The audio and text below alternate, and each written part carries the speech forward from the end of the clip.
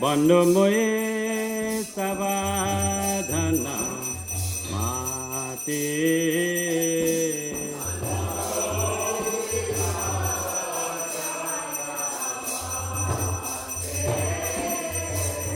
Jahara Prasare Bhai E Baba Turiya Jai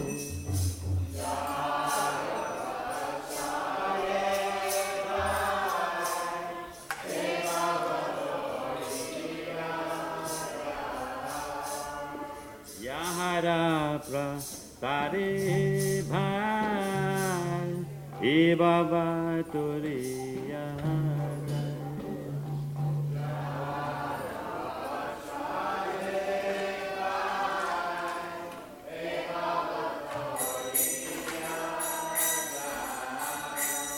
Krishna Prati Hoy Naha Hoy Te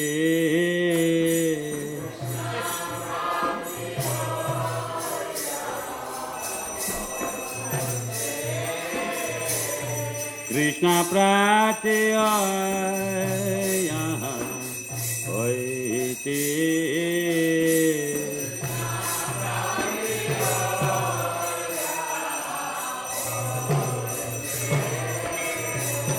Guru Mukha Padma Vakya Titete Koriya Akhya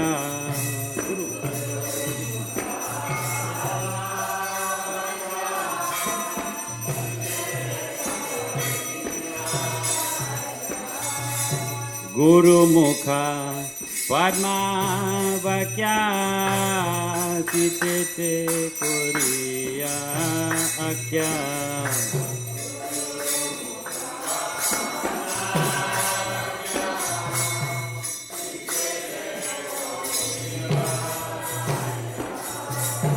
Arana Kori Ho Mane Asha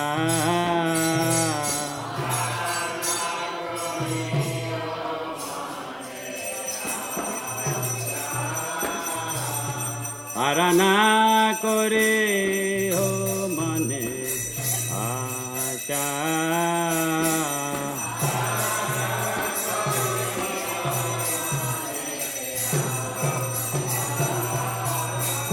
Sri Guru Charane Rate Ese Utama Gate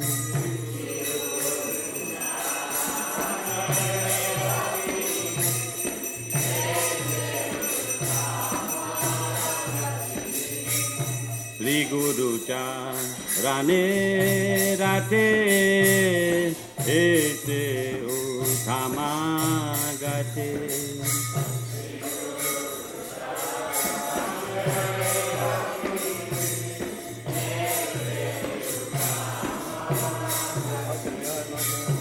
Ye Prasade Pure Sarva Asha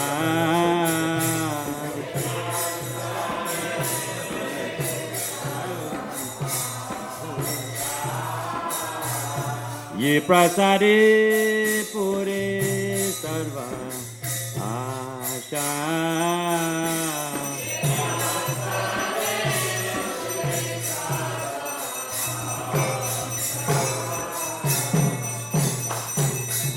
Chakurana Dilo Ye Janme Janme Prabhu Te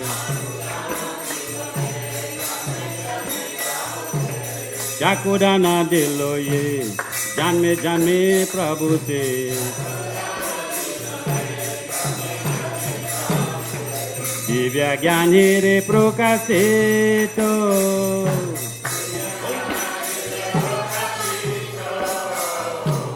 Divya Gyani Re Prokasito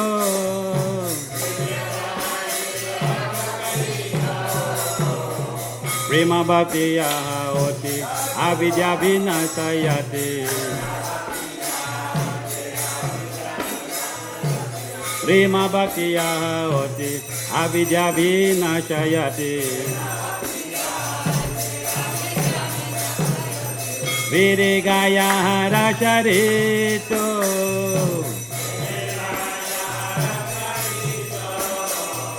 Virigaya Rasharito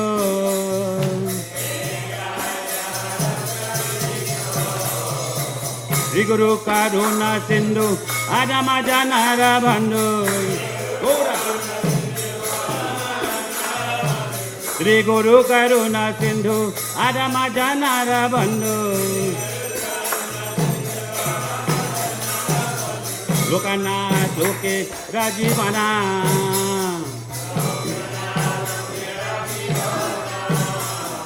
Lokanath Loke Rajivana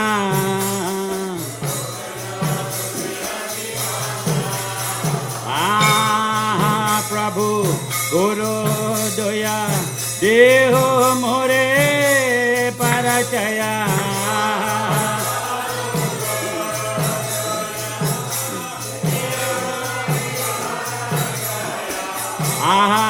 Prabhu Guru Doya Deho More Parachaya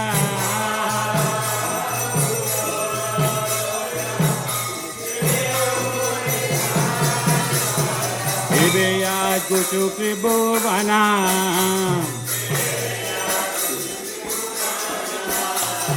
Viveya Gutu Tribhuvana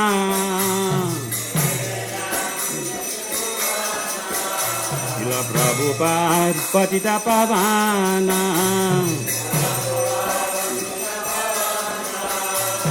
Prabhupada Patita Pavana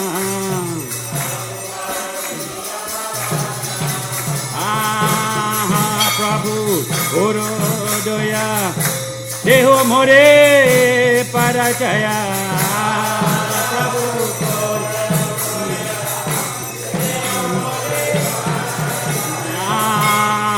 Prabhu Guru Doya Deho More Parachaya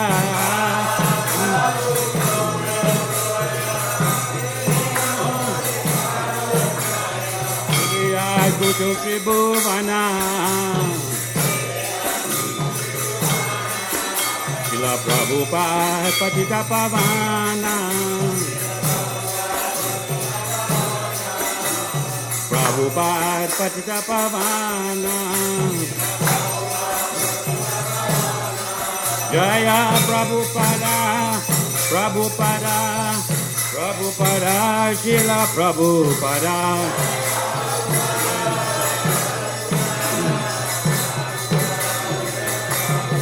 Prabhupada, Prabhupada, Prabhupada, Prabhupada, Jaya Prabhupada,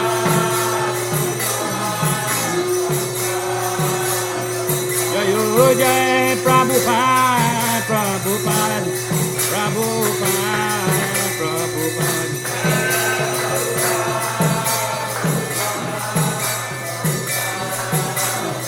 Jaya Prabhupada, Prabhupada, Prabhupada, Srila Prabhupada.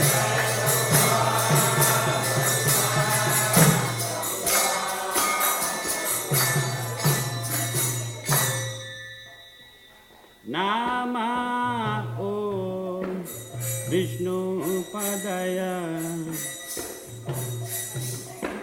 Krishna Prestaya Bhutale Srimati Bhakti Vedanta Swaminiti Namine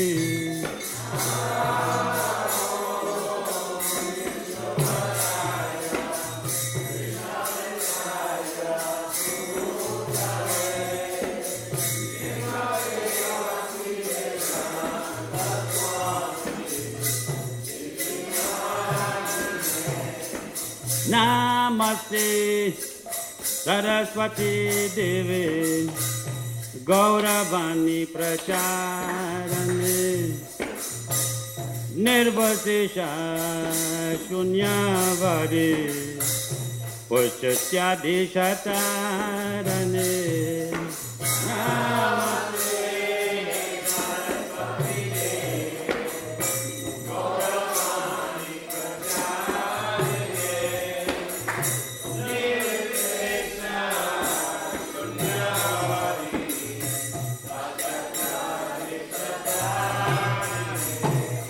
Hare Krishna Chaitanya Prabhu Nityananda Shri Advaita Gadadhar Srivasadi Gaur Bhakta Vrinda.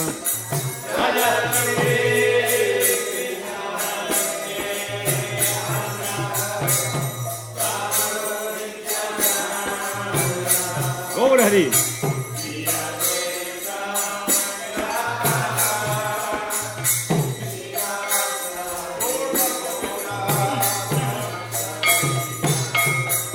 Bhaja Hare Krishna Chaitanya Prabhu Nityananda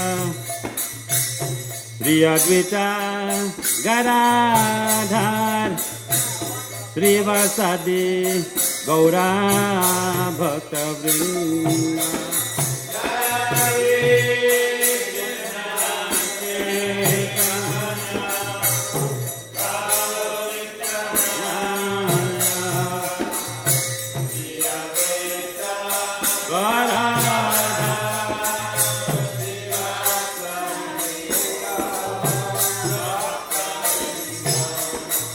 Jaya Shri Krishna Chaitanya Prabhu Nityananda Shri Advaita Gadadhar Srivasadi Gaur Bhakta Vrinda.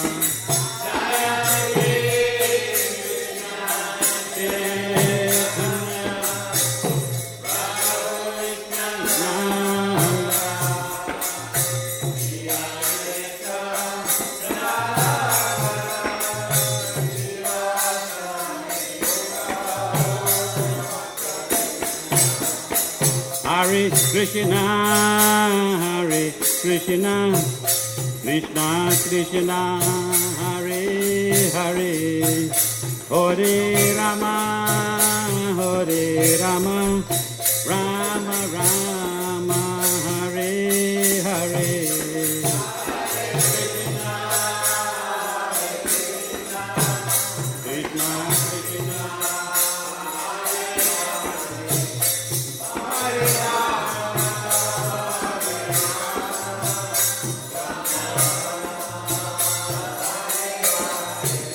Hare Krishna, Hare Krishna, Krishna Krishna, Hare Hare, Hare Rama, Hare Rama, Rama Rama, Hare Hare, Krishna.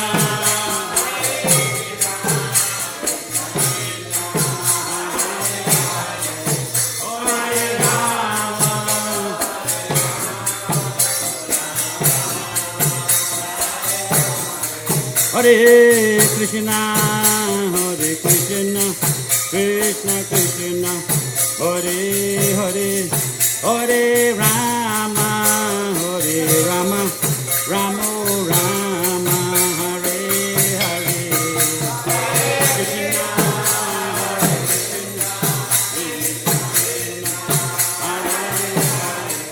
Hare Rama,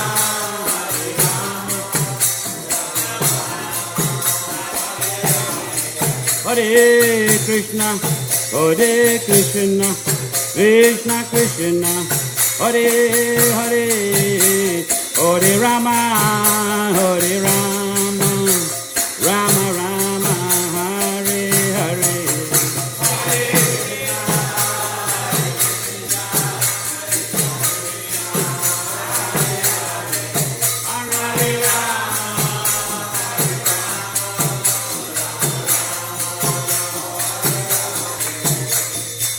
Jaya Jaya Gaurita,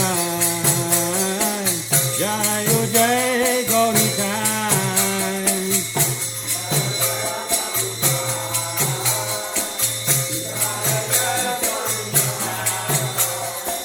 Gauranitai, Gauranitai, Gauranitai, Gauranitai,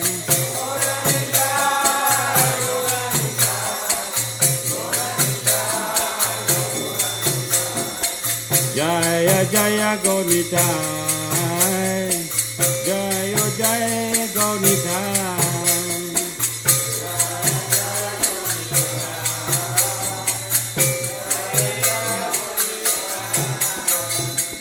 Hare Krishna, Hare Krishna, Krishna Krishna, Hare Hare, Hare Rama, Hare Rama, Rama Rama, Hare Hare.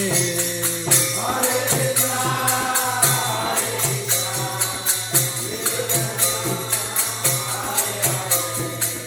Hare Rama.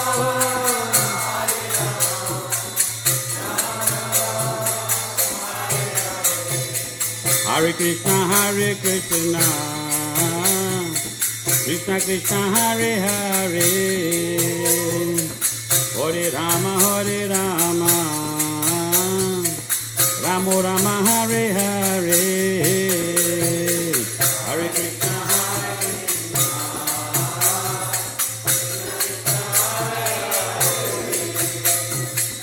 Hare Rama, Hare Rama.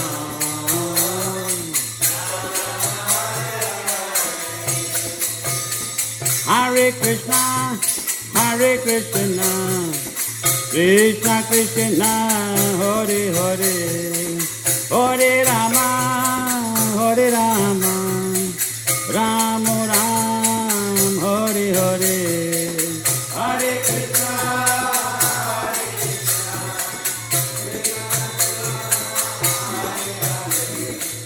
Hare Rama.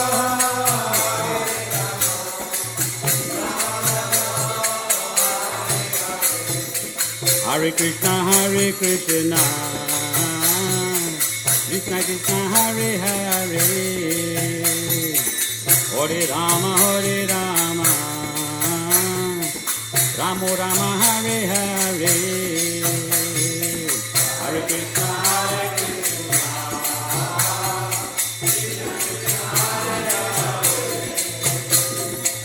Hare Rama, Hare Rama.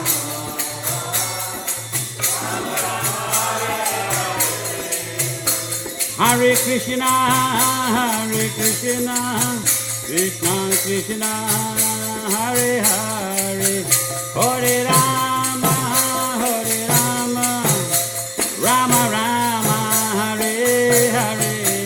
Hare Rama,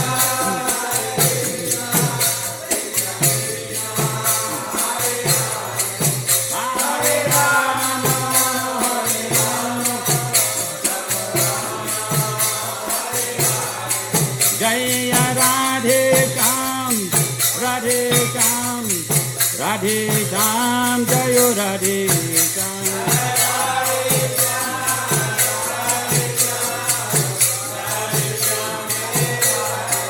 Jaya Radha, Sham Sundar Radha, Sham Sundar Radhe.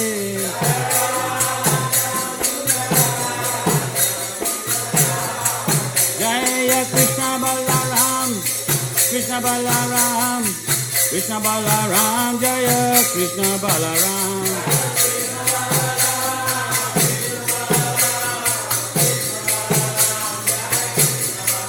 Jaya Krishna Balaram, Jaya Krishna Balaram, Krishna Balaram, Jaya Krishna Balaram.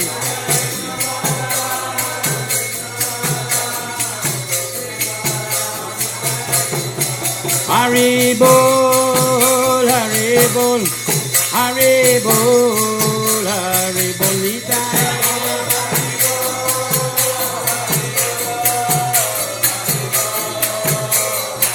Gora Nitai, Gora, Hare Bol, Hare Bol, Hare Bol, Hare Bol.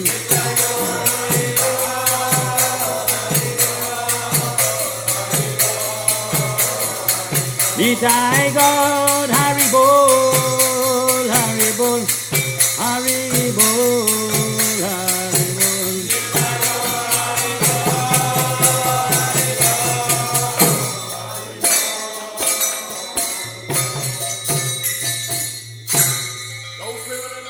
Rio.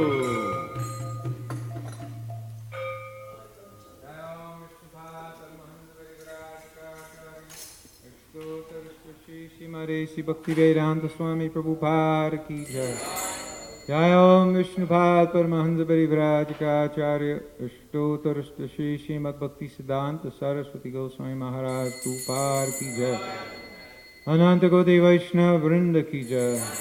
Namacharya Shri Haridas Thakur ki jai. Prem se kaho Shri Krishna Chaitanya Prabhu Nityananda Shri Advaita Gadadhar Srivasari Gaur Bhakta Vrinda ki jai. Shri Shri Radha Krishna Gopa Gopinath Shyam Kund Radha Kund Giri Govardhana ki jai. Shri Vrindavan Dham ki jai. Mayapur Dham ki jai. Jagannath Puri Dham ki jai. Nuramanvedi Dham ki jai. Tulasi Maharani ki jai. Bhakti Devi ki jai. Yamuna Mai ki jai. Ganga Mai ki jai. Shri Harinam Sankirtan ki jai. Nitai Go Bhrimanande Hari Hari Bo Samaveta Bhakta Vrinda ki jai. All grace to the assembled devotees. All grace to the assembled devotees. All grace to the assembled devotees. All grace to Shri Shri Guru Gauranga.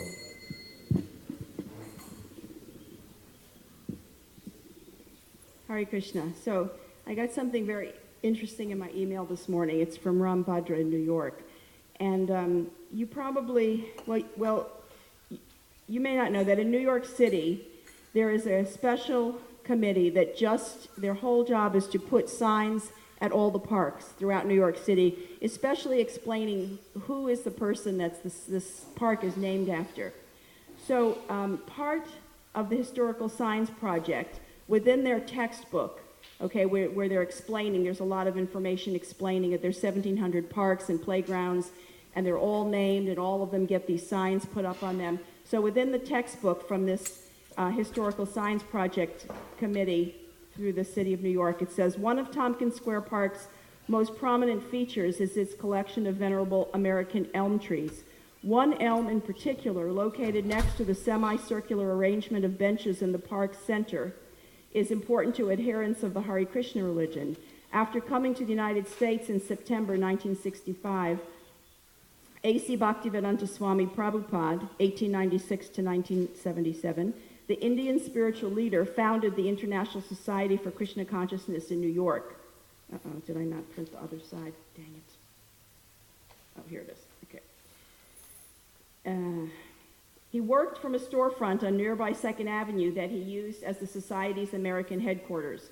Prabhupada and his disciples gathered in Tompkins Square Park in the fall of 1966 to introduce the East Village to the group's distinctive 16-word mantra, Hare Krishna, Krishna Krishna, Hare Hare, Hare Rama, Rama Rama, Hare Hare. On October 9th, 1966, Prabhupada and his followers sat beneath this tree and held the first outdoor chanting session outside of India. Participants chanted for 2 hours as they danced and played cymbals, tambourines, and other percussive instruments. The event is recognized as the founding of the Hare Krishna religion in the United States. Prabhupada's diverse group that day included beat poet Allen Ginsberg. Krishna adherents continued to return to the tree to acknowledge its significance. American elm trees are known for their towering canopies, which provide abundant shade through spring, summer, and fall. It is rare today to find such a collection of American elms, since many of the mature elms planted across the country have been killed by Dutch elm disease. This incurable disease is a fungus carried by bark beetles which colonize on the branches, blah, blah, and remains a threat to the park's collection of elms. Despite having lost at least 34 of the trees, Tompkins Square Park still hosts a large assemblage of elms, which continue to this day. That's one of the elms that remained. So, of course, this is in their textbook. Then they also have a sign on this tree. So Ram Bhadra took this brilliant idea of, the popularity of this tree and the sympathy of New York City. So here's his proposal. And this is for ISKCON 50. In 2016, ISKCON turns 50 years old, and there's going to be a worldwide celebrations, and we'll be part of that once we figure out what it is that we want to do to be part of it. But here's his proposal. So by 2016, the 50th anniversary of ISKCON's incorporation, he wants to have the original Hare Krishna elm tree from Tompkins Square Park grow at least 50 ISKCON centers around the world in the form of its offsprings. So he's going to take seedlings from this tree, and then at least 50 temples around the world will plant that tree where Prabhupada inaugurated Lord Chaitanya's Sankirtan movement in the Western world. So I hope, I'm going to bid for one of them anyway. So he got permission from the city to do this.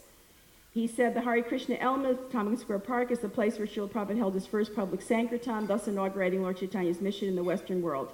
As a witness of Lord Chaitanya's prediction coming true via Srila Prabhupada's preaching and the establishment of ISKCON, the Hare Krishna tree is naturally an important living memorial.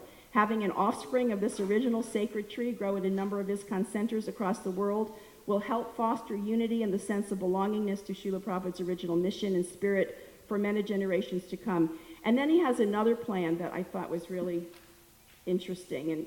And he wrote an email, and he said, good news, he met with the multiple Greenwich Village managers today, including the marketing manager, and the chief lady said that what he wants to do is possible.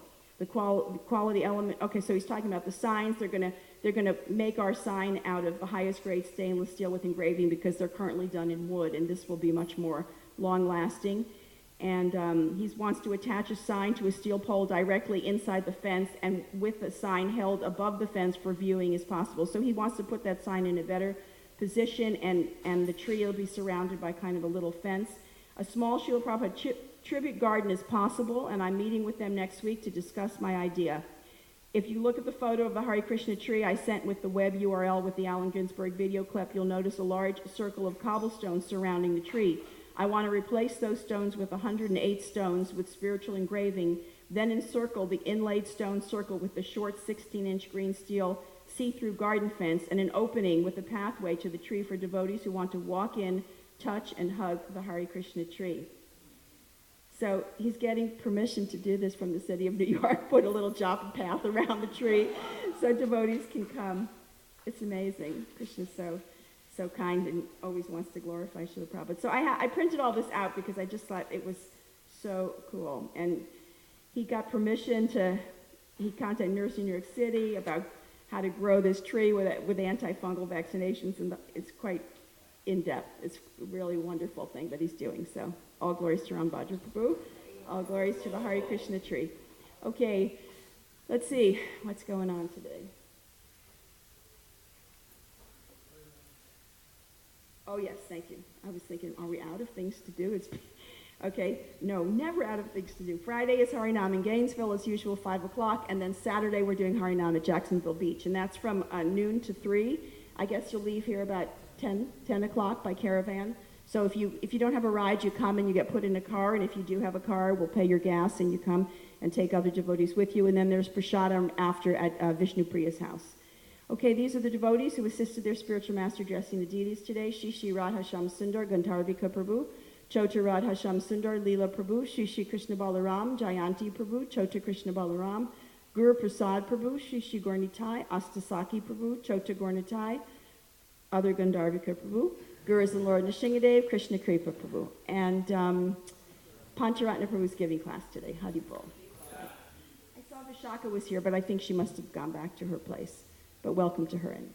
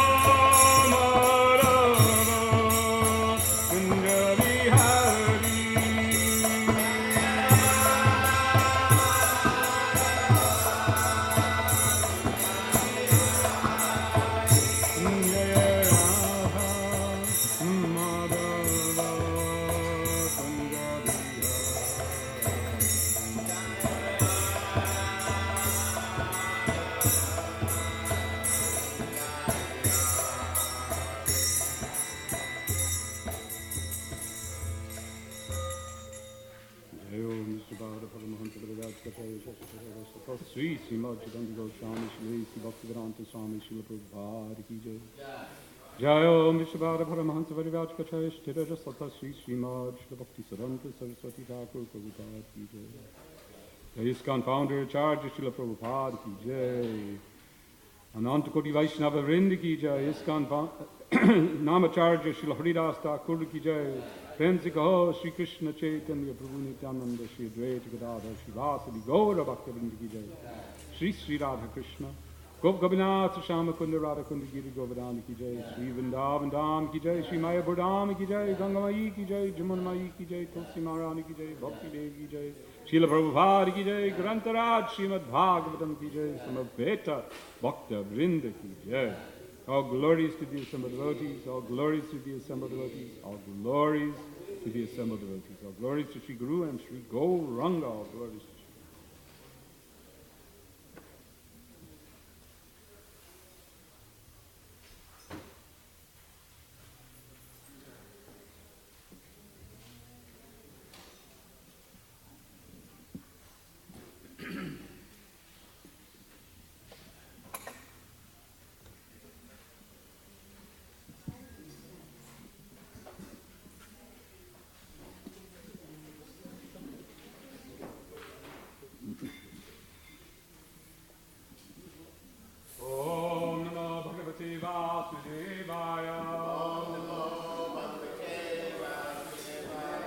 Om Namo Bhagavate Vasudevaya. Om Namo Bhagavate Vasudevaya.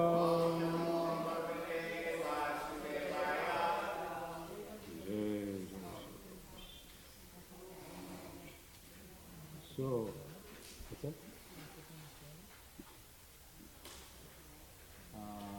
So we're reading from the Srimad Bhagavatam, 10th canto, 44th chapter, verse number 14, through a few others, 17. So before I begin, I'd like to just thank Mukhya Prabhu and all the devotees here for letting me have this honor to be here, to share a few words, though I guess I fit into the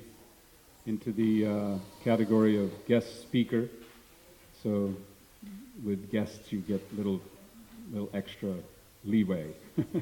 So and I want to just say Hari Bol to all my friends out there who are in radio land and web land and so on, who may not be here present, but I just thank you for all the time that my family and we spent here, and we're living in Mayapur now, and we're thinking of you and waiting to see you come and visit us in Mayapur. And thank also Mukhya for her announcement this morning. I spent an hour or so this morning talking about the 50th anniversary of ISKCON, because I'm on the international committee for celebrating, and we're encouraged by the developments. We'd heard about this the elm tree project some time ago from Ram Bhadra, and it's really encouraging to know that it's moving forward. I think it's a fantastic way that we can celebrate and honor Srila Prabhupada with those saplings. We're going to really study hard to see if we could grow one in Mayapur. I don't know if elms will survive in Mayapur with our weather, but it would be great. Maybe we can put it in an air-conditioned room or something. I don't know. But anyhow, thanks to everybody, and now we'll begin. So we're going to. How are you doing this? Since we have a number of verses, do we do repetitively, or one verse responsibly? Which one? The first one or the last one? We'll do the first one, since it's there. But I have to get to it here. 14. Okay. And we'll just line by line. Gopyas tapa kim acharan yadamushya rupam.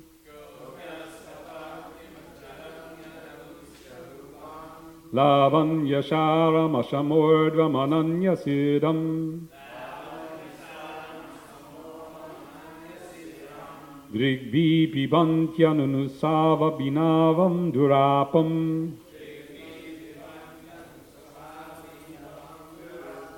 Ekantadhama yashashastriya aishvarasya.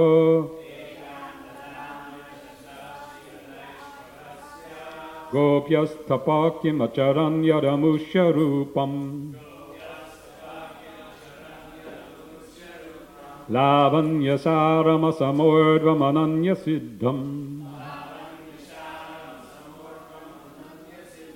Dirgvi bibantyanunusavinavam durapam. Ekantadhama yashasha sriya aishvarasya. Others?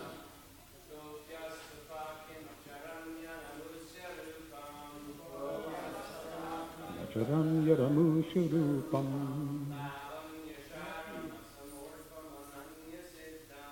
Lavanya sharam ashamordvam ananya siddham.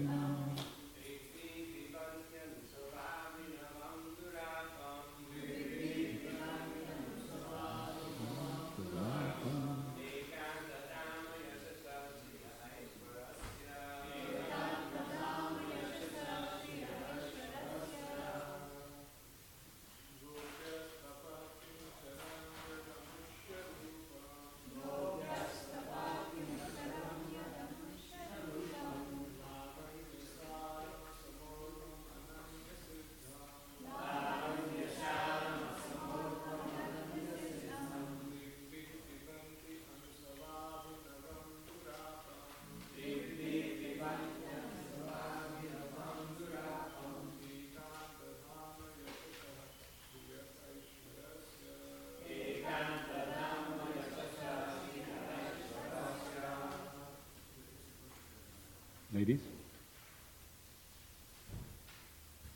Ladies like to chant? So word for word.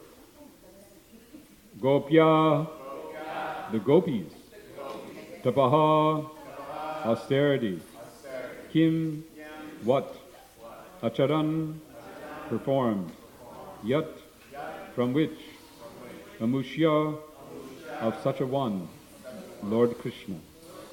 Rupam, the form. Lavanya sharam, the essence of loveliness. Asama udvam, not paralleled or surpassed. Ananyasiddham, not perfected by any other ornament, self-perfect. Dirigvihi, by the eyes. Pibanti, they drink. Anusava abhinavam, constantly new. Durapam, difficult to obtain. Ekantadhama, the only abode. Yashashaha, of fame. Sriyaha, of beauty. Aishvarasya, of opulence. Translation and purport. What austerities must the gopis have performed? With their eyes, they always drink the nectar of Lord Krishna's form, which is the essence of loveliness and is not to be equaled or surpassed. That loveliness is the only abode of beauty, fame, and opulence. It is self-perfect, ever fresh, and extremely rare. Purport. The word meanings and translation for this verse are from Srila Prabhupada's Chaitanya Charitamrita, Adi 4, 156. So now I'll read the rest of the verses for today, and then we'll discuss this. Text 15. Ya dohani vahanani matanno palepa prinkin karanarba ruditokshana marjanadhau gayanti chainam manuraktiyo srukantyo dhanya vrajastriya urukrama chittayana. The ladies of Braja are the most fortunate of women because, with their minds fully attached to Krishna and their throats always choked up with tears, they constantly sing about him while milking the cows, winnowing grain, churning butter, gathering cow dung for fuel, riding on swings, taking care of their crying babies, sprinkling the ground with water, cleaning their houses, and so on. By their exalted Krishna consciousness, they automatically acquire all desirable things. Text 16. Prata vrajad vrajata avishutas chasayam gobi samam kvanayatosya nisham yavenum nirgamya turnama balapati buri punyaha Pashyanti sasmita mukam sadayavalokam. When the gopis hear Krishna playing his flute as he leaves Braja in the morning with his cows or returns with them at sunset, the young girls quickly come out of their houses to see him. They must have performed many pious activities to be able to see him as he walks on the road, his smiling face mercifully glancing upon them. Evam prabhasamanaso srishu yogeshvaro hari shatrum hantum manaschakre bhagavan bharatarshabha. Sukadeva Goswami continued.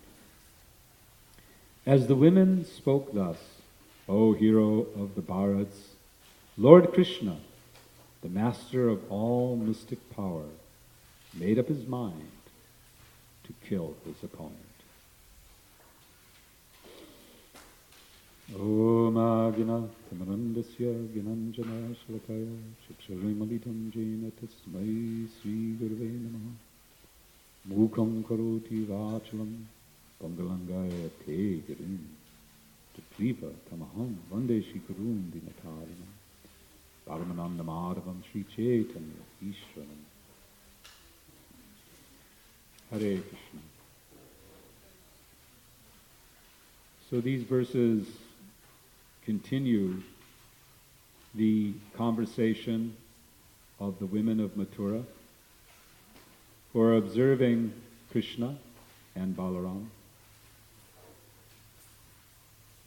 and becoming very absorbed in their darshan.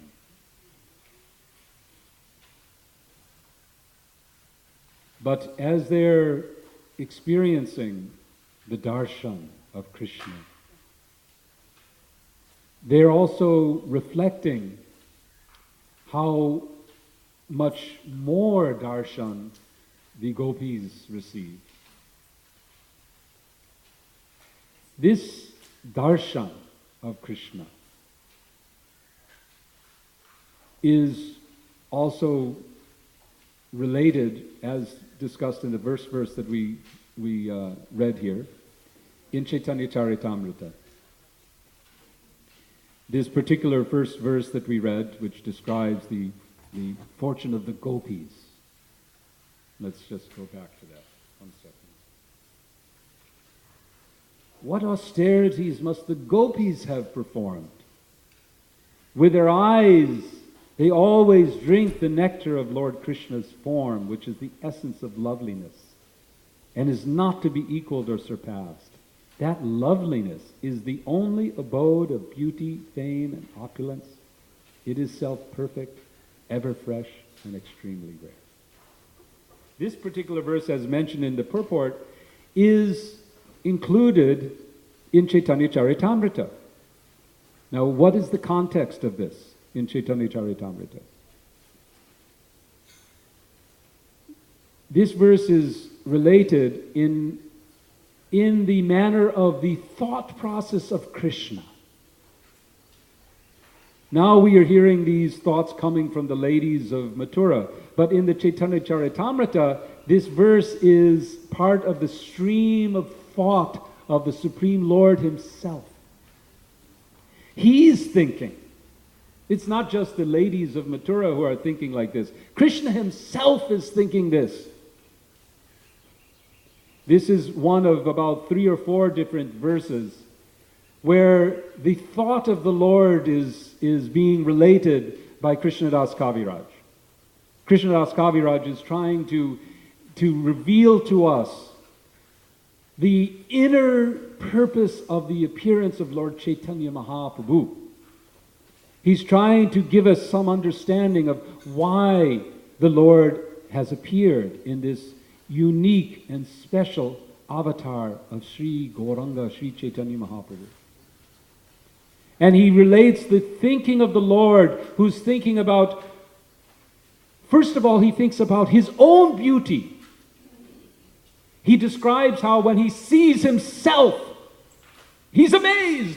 He's just overwhelmed by his own beauty. Now this may seem very narcissistic. I mean, that's the very definition of narcissism, isn't it? I mean, that the Greek, I guess it's Greek, isn't it? Narcissus was Greek. So the Greek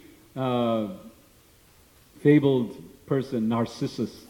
So what is his story? He sees his reflection in the lake, and he can't take his eyes off his own reflection. He said, "Oh, this is so beautiful." So we may think, "Oh, Krishna's pretty narcissistic here, isn't he?"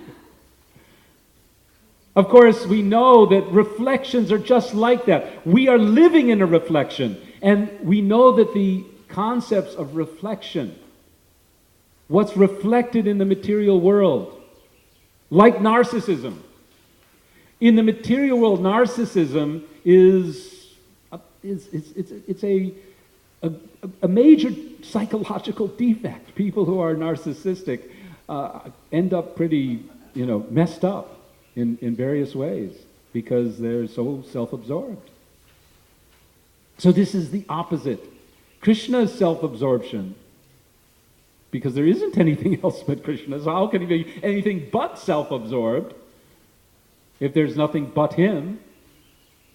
But his self-absorption results in the pleasure of all living, all of his energy. So it is incomparable. But in any case, Krishna is not satisfied by just looking at himself in a mirror or in a reflection. He thinks, if I'm enjoying so much, then what could be the experience of Srimati Radharani? What is her experience of my beauty? And he begins to reflect like this on his desire to experience himself through the eyes of his devotee. He wants to get that experience. And this leads up to the appearance, the inner reasons for the appearance of Chaitanya Mahaprabhu. So darshan of Krishna is a goal that we all aspire for. And we all want to see. We want to see God. How many times does somebody come up and say, well, okay, I want to see God. Show me God. If there's God, I want to see God. And many people say, well, because I can't see him, I don't believe he exists, because I don't see him. So this desire to see the Lord is intrinsic in our nature. We want to see Krishna. We want his darshan. We want the darshan of God. Why do we want the darshan of God? Because by definition, God's form, his beauty, his visual appearance is the supreme sight. There could be nothing better to see. I think everyone in this room, fortunately, has the gift of sight. Many of us in this world don't. There are many blind people who are born or who lose their vision. And they don't have the capacity to see things. I can't really imagine that myself. It's not enough just to close your eyes. And when we go around, we're constantly seeing things, and we're attracted to things. We enjoy this gift of sight. And we see beautiful things and we feel pleasure. But what we see, what we perceive in this world is never satisfying. We see some beautiful person, but then immediately we begin to find the defects. Oh, okay, yeah, pretty beautiful, but little tooth, or this or that. Who is that person that you've seen that you can say, this is perfectly beautiful? The Greeks attempted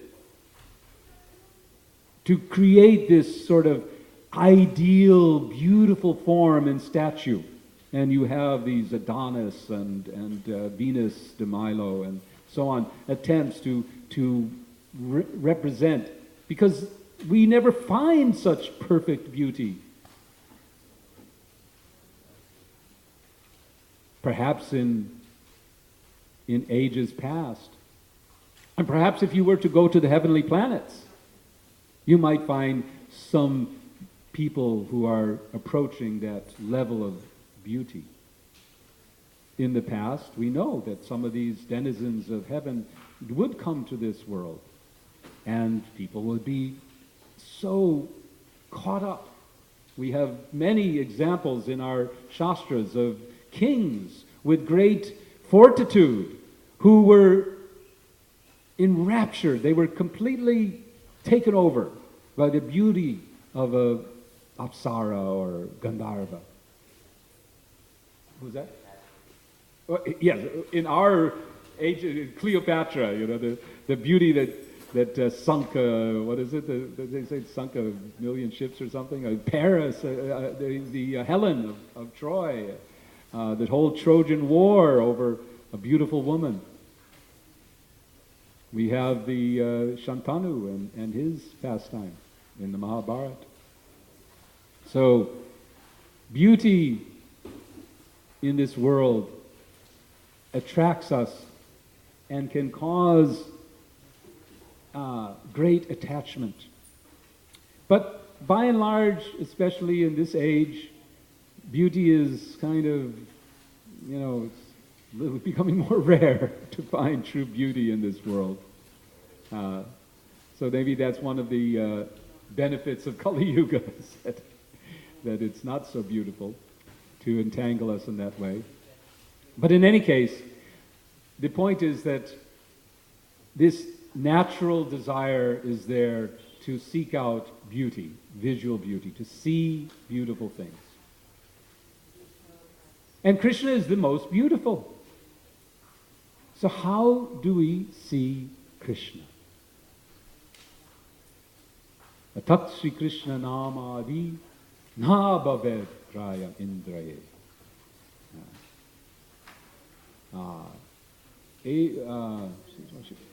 Sevam Mukhe Hi Jivado Swayam Eva Spuratyada.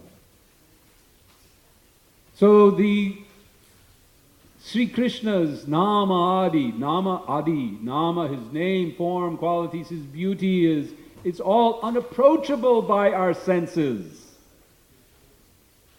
We don't have the senses to see Krishna. Our senses are not capable of seeing Krishna. People say, show me God, but we don't have the senses to see Him. There are many things we don't have the senses to see. We don't have the hearing sense to hear outside of a specific range. There are animals with hearing sense that can hear things that we just can't even hear. We don't have that sense, that ability. We don't have the sense, the seeing sense to see, a mile away. There are animals that can. We can't see in the dark. We can't see in the night. We can't see behind our heads. There's so many things we can't see. Why are we so hung up that we don't see God when we can't even see the back of our heads without the help of something else? So similarly, we can't see God without help. Chakshudan diloje. We sing this every morning, that the spiritual master gives us chakshu, gives us sight. So Prabhupada describes how this works. How is it that we begin to see God? Through darshan. Now darshan has multiple meanings. Darshan also means philosophy in Sanskrit. If you talk about Saddarshan, the six philosophies. So darshan is another term for philosophy, philosophical ideas and concepts. Because it is through philosophy that we begin to see God. Not through the eyes. Sevan mukhehi jivado. It begins with our tongues. It begins with the process of speaking and hearing. So we begin to see Krishna through our ears. And then, what is the first step? We begin to hear, what do we hear about Krishna that begins to enable us to see Him? We hear that Krishna is everywhere. We hear that Krishna is in everything. We hear that everything belongs to Krishna. So how does that enable us to see Krishna? Prabhupada gives the example of the mother and their child. I can't remember the exact lecture, but he talks about, he says, just like this. How do you see? Just like the mother and the child. When the mother sees the clothing of her child, she thinks immediately, she sees her child. When the mother hears the sound of her child, she sees the child. So in this way, when we know, when we understand, when we have this knowledge, this knowledge from the spiritual master, he gives us the knowledge that opens our eyes and we can begin to see. That knowledge is that Krishna is everywhere. And we begin to see Krishna in everything. And as we begin to see Krishna in everything, we begin to see Krishna. It's just that. We actually begin to see Krishna. And Krishna starts to reveal himself through his material nature. Then we go further. Krishna has so kindly agreed to take some parts of his material nature, may it be marble or metal or stone or wood or paint or clay. And he says, I will manifest myself very strongly in these materials if you prepare them under the guidance of my devotee, spiritual master, and shastras. Then I will manifest my visual nature even more in these forms, the Archa Vigraha. And then we can begin to see Krishna present very strongly in his murti, And as we serve, Sevon Mukhe, when we begin the service, the process of service, then Krishna's begins to reveal himself more and more. And we begin to see him. So this ideal of seeing God manifests through devotional service, through bhakti. Beginning with the tongue. See, Sevam Mukhehi Jivado Swayam Eva Swaratyadaha. All is revealed beginning with service through the tongue. Chanting the holy names of Hare Krishna, Krishna Krishna, Hare Hare, Hare Rama, Rama Rama, Hare Hare. So then we begin to see with our ears by hearing the holy name of Krishna. And as the name of Krishna begins to take over our consciousness, then naturally Krishna's form appears. Prabhupada was asked once about chanting, whether we should try to simultaneously visualize Krishna's form as we chant his name. He said that there's no need to do that independently. Naturally, as you chant and you just try to hear, the form of the Lord will appear in your mind. This was his response. Now, naturally, we all have different ways to absorb ourselves in the holy name of Krishna.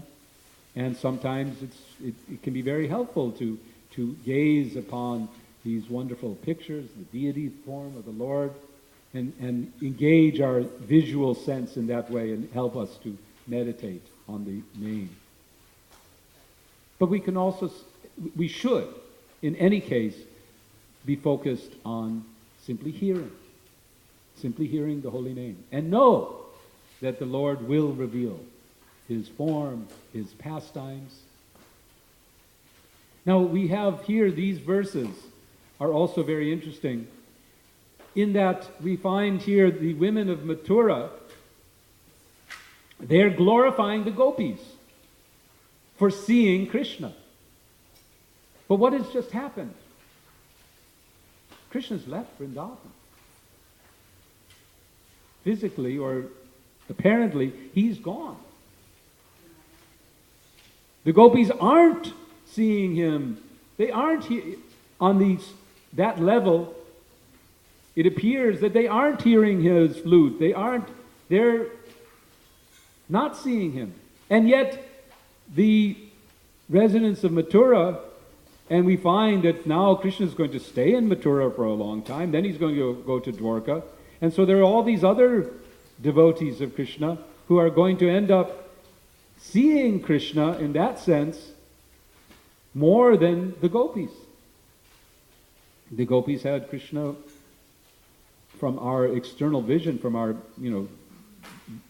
ordinary, I say, vision, for 16 years. And then the rest of his, 80-some years, he's in Mathura and Dwarka. And yet the gopis are being glorified for their vision. So we can understand that even without Krishna's so-called physical presence,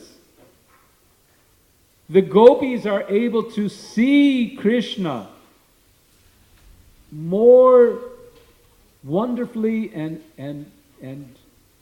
deeply than anyone. And how are they seeing Krishna? What is the next verse? This is quite interesting. The ladies of Vraja are the most fortunate of women because with their minds fully attached to Krishna and their throats always choked up with tears, they constantly sing about him. They constantly sing about him while doing what? They're milking cows and winnowing grain, churning butter, gathering cow dung, riding on swings, taking care of their crying babies. And they're singing They're taking care of their crying. How many mothers here sing as they're taking care of their crying babies? I think a lot of you do, don't you? It's a great way, isn't it? I mean, when they're crying, a baby's crying, what do you want to do? You want to get them to, and how do you do it? You sing. Lullabies, right? So here the gopis are singing, constantly singing about Krishna. Therefore, they're constantly seeing him. Even when he's not so-called physically present, they are constantly seeing him. Here it says,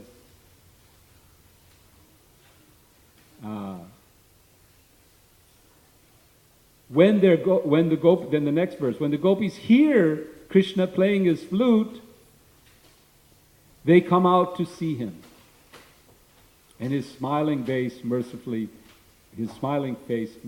glancing upon them. Now, another interesting point that I picked up on in here, which it's interesting how the ladies of Mathura, they're attributing all of this to what? They say, what austerities they must have performed. How much pious activity they must have done. I find this interesting. I don't know if Srila Prabhupada has explained this particularly, why the gopis. I mean, we would think how much devotional service they must have performed, or how much bhakti they must have done. We don't generally relate, isn't it? I mean, we think about a devotee who has a lot of mercy from the Lord, and we think about, they must have done a lot of devotional service. And the gopis, the ladies of Mathura are thinking, they must have done many austerities. They must have performed many pious activities. So we can see this line being a little, blurred there between devotional life and what you could call karma yoga. So the ladies of Mathura, they are speaking, and this is my understanding, and I invite anyone to share their own realization. But my understanding is that these ladies of Mathura, they're speaking in the context of society, in words that are understandable by their audience. These ladies are speaking to amongst themselves, and they're high society ladies. Everything, this is Vedic culture. They're speaking within the Vedic system. They're very much in that. And in the Vedic system, everything is basically related to pious, impious activities, austerities, and sacrifices, and so on. And we also use those terms. The austerity of nama jagya, the pious behavior of devotional service. We conflate these terms as well. And in this case, because of their context, because of their audience and their milieu, they also are using these type of terminologies, whereas what they're really implying, and what is the fact, is that what is that austerity? That austerity was complete surrender to Krishna. The austerity of the gopis that they performed in their current life with Krishna, and in previous lives. There's so many, we know about these gopis, how many different kinds of gopis there are, of course. There are gopis that were munis in their last life. There are the gopis that were the sages in the forest with Ram. There are gopis who were, someone else may know all the different categories of different gopis. And there are many categories. And of course there's Krishna's intimate gopis who are always with him. But those gopis who attain that after performing lifetimes and lifetimes of devotional service, including the austerity that goes along with devotional life, pure devotional life. And naturally, the piety that is needed in order to become recipient of the grace of bhakti. Bhakti does not come. Sometimes bhakti will come agyata, without any, out of her own sweet will, she just comes.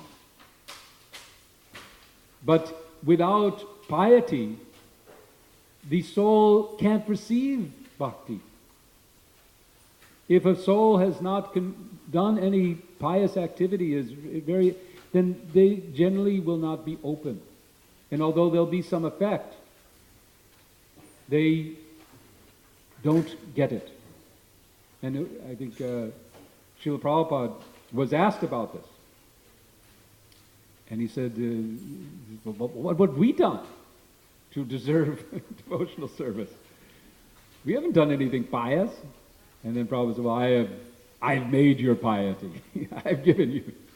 So the Guru, the grace of Guru, is that he gives us this level of openness. He bestows upon us what we don't deserve. And in this way, we can receive bhakti. Bhakti lata beach. Guru Krishna prasade bhai, brahmanda brahmete kona bhagyavan ji. Bhagyavan. The fortunate living entity, Guru Krishna prasade bhai, bhakti lata beach. Those who are fortunate, they receive the mercy of Guru and Krishna to come into our lives, and they enable bhakti to take root. So I'm told we are supposed to end around this time, and I'll do that. And let there be some time for any questions or comments on this wonderful topic. Hare Krishna. Thank you for allowing me to be with you. Hare Paul. Very interesting. It seems like yeah. So earlier you were talking about the beauty of Krishna, and you have to have special eyes to see it and so forth. That's very true. Also, the standard of beauty should be taken from the scripture, right? I mean, for us.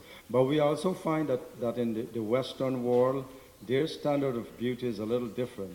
And it's taken from their scriptures, like the Bible and so forth. So like when you see they draw Christ, he has like a long, elongated face with tiny eyes, like that. Whereas when we see Krishna, he has like an oval face with large petal-like eyes. See? So the Westerners tend to view beauty in that dimension. You mentioned Jesus. I think you're talking. I think you're mentioning about Jesus and how he's portrayed.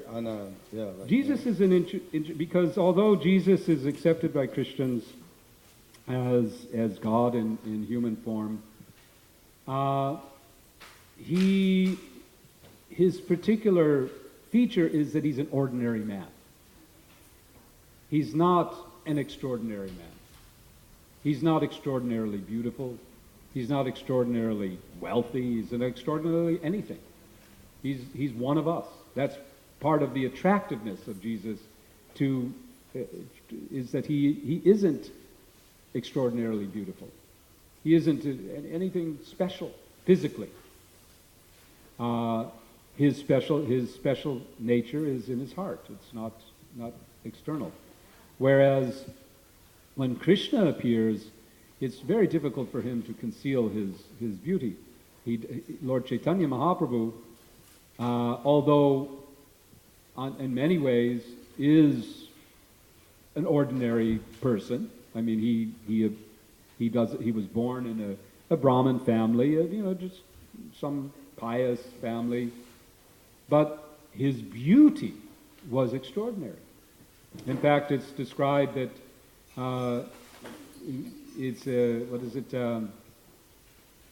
Krishna Varna Tisha Krishtam Sangam Bhangastra Parshadam Jagai Sankirtana Parayar Yajantihi Sumedashaha. That Chaitanya Mahaprabhu, Krishna appears Akrishna without his color. Sanga Pangastra Parshadam, with his astra, with his weapons, and his religion. And what is his weapon? His beauty. His beauty was so extraordinary that no one could resist his beauty.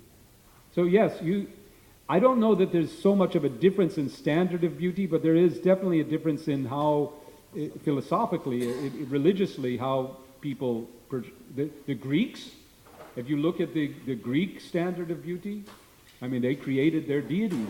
They sculpted their deities, and they told stories of their deities which are very similar to Vedic stories.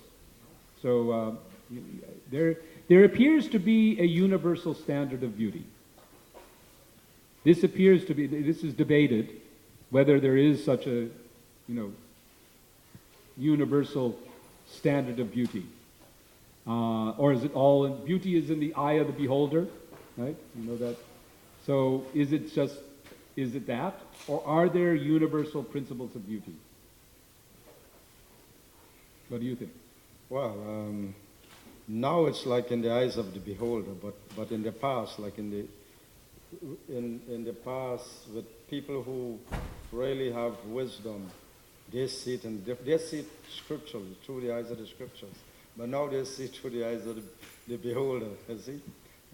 What I wanted to project that a little more now, and that is with the devotees. We have a lot of Prabhupada disciples, and they're getting old and everything. And we know as when one gets old, the skin gets wrinkled, the eyes gets dim, hair gets gray or bald, and they don't really look that appealing, But they're very advanced. And so for those that are deeply rooted in bodily consciousness, then they could commit serious aparad, thinking, look, this is just an ordinary mannerism, like that. But also we have to culture our society to see things differently. Yes. We have to look deeper. Beauty is not, Prabhupada told the story of liquid beauty. And we want to avoid being attached to the liquid beauty. Any other? Nice, thank you. Mahamaya. Can you give the microphone to Mahamaya over? Yes.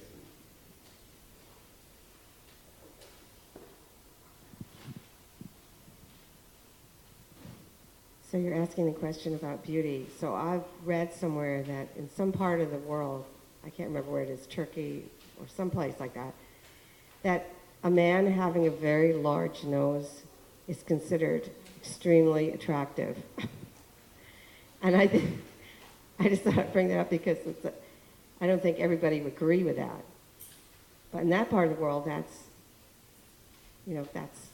what works for them. Yes.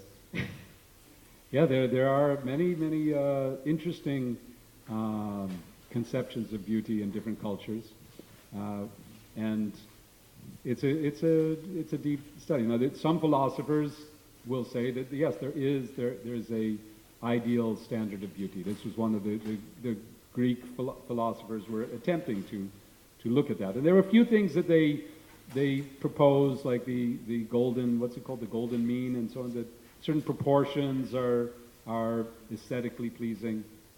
And these have been studied and so on. So Vedic scripture does give us some parameters for judging beauty and defining it, but I think we'll all only really have the end when we begin to develop the spiritual vision, and absolute beauty becomes revealed to us. There is such a thing as absolute beauty. All the other beauty in this world is all relative. Relative to the person viewing, relative to the culture that you're in, relative to the time. It's all relative beauty. But Krishna is absolute beauty. Madan. You want to give the mic to Madan? Prabhuji?